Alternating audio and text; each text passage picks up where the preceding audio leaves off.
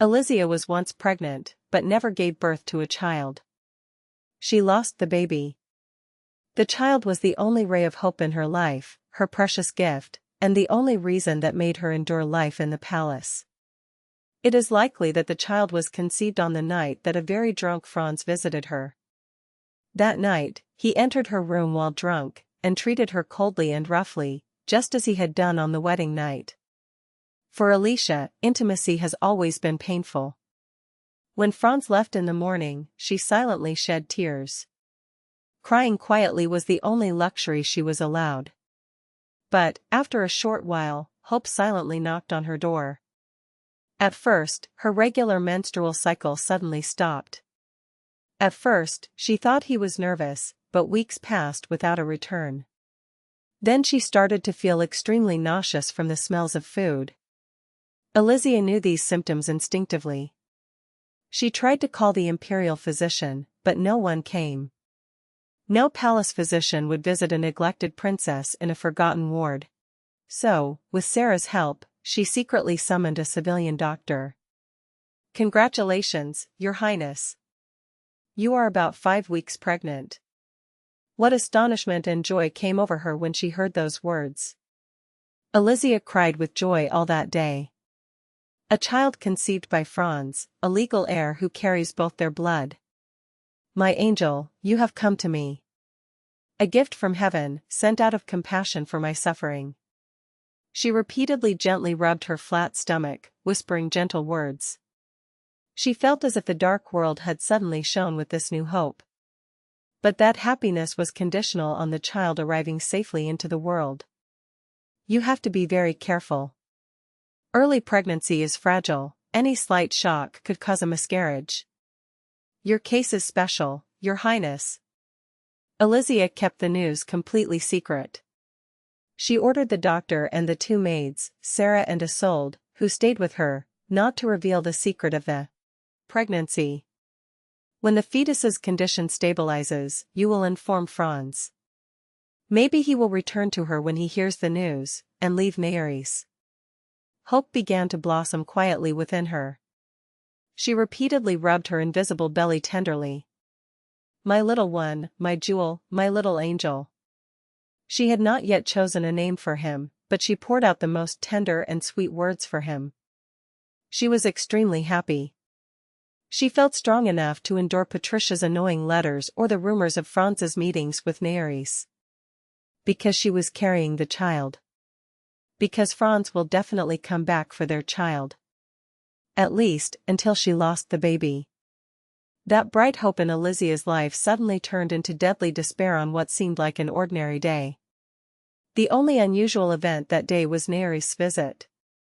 Naeris would sometimes visit the ward, often insulting Aleisha. This wasn't strange. But the problem arose because the pregnancy nausea that day was unusually severe.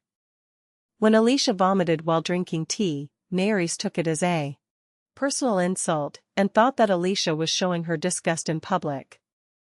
"Miss Naeris, please, you misunderstood, I swear it's not." What could it be? "Do you think I'm disgusting because I'm with Franz? Who do you think you are, living in this miserable ward? Miss Naeris. You don't even deserve this sweet.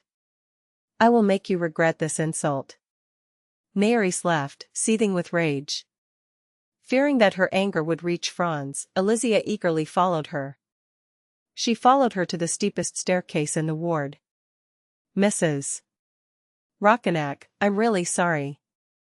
I didn't mean to. Get your hands off me." Naeris violently pushed Aleisha's hand, causing the latter to lose her balance and fall down the stairs. While she was falling, Elisia was holding her stomach with all her strength. She didn't care if she died, but her baby had to survive. "Her Highness. Doctor. Quick." The last thing she saw before she fainted was Naeris' face, frozen and pale, and Sarah's hands stained with blood. The child, who entered her life silently, left her with the same silence. Elisia sank into an emotional breakdown, amidst an overwhelming feeling of guilt and despair. If I hadn't caught Naeris. If only I didn't feel nauseous in front of her. If only I could bear the nausea. Maybe I wouldn't have lost the baby. Elisia was consumed with guilt, and she withdrew completely, ashamed even to leave her room. She considered herself a criminal. From that day on, Naeris began to stay openly at the second prince's palace. It was said that she was shocked by the violent fit of anger she witnessed from the princess wife. So Franz took her to the palace to console her. Violent tantrum. Although it is absurd, it has become the official story. Elisia was portrayed as a jealous wife who hurt her out of anger. Franz remained harsh and unrelenting. Even when he learned of her injury, he did not visit her. If she had told him that she had lost the fetus, he would have accused her of lying and demanding attention. Aleisha learned to surrender quietly under his deadly coldness. Until Franz suddenly sent for her. When she received his letter sealed with his ring, hope came back to pulse in her chest. Maybe he wants her again, and maybe she can have another child. This time, she will protect him no matter the cost. But all her hopes were in vain. Her trust in Franz again stole that only chance from her, and led her towards her miserable and tragic death. Her Highness? Belissa's sweet voice brought Elisia back to reality. Belisa was holding the teacup, looking at it anxiously, and placing a napkin on her lap. Elisia coughed lightly and smiled faintly, her eyes shining with trapped tears. Lady Natalia seems to like you very much, Duchess. Yes, well, Belisa was about to add, because I'm her mother, but she refrained. She felt that the princess's tears would flow at any additional mention of motherhood. She quickly pointed to Natalia's nanny. Nat, go see Miggy for a moment. Your mother needs to speak to Her Highness. Okay, Mama. Come on, baby. Elisia watched the child eagerly as she walked away, confidently holding her little nanny's hand. She had only invited Belisa and her daughter to build a friendly relationship. But when she saw Natalia, she realized that she was deceiving herself.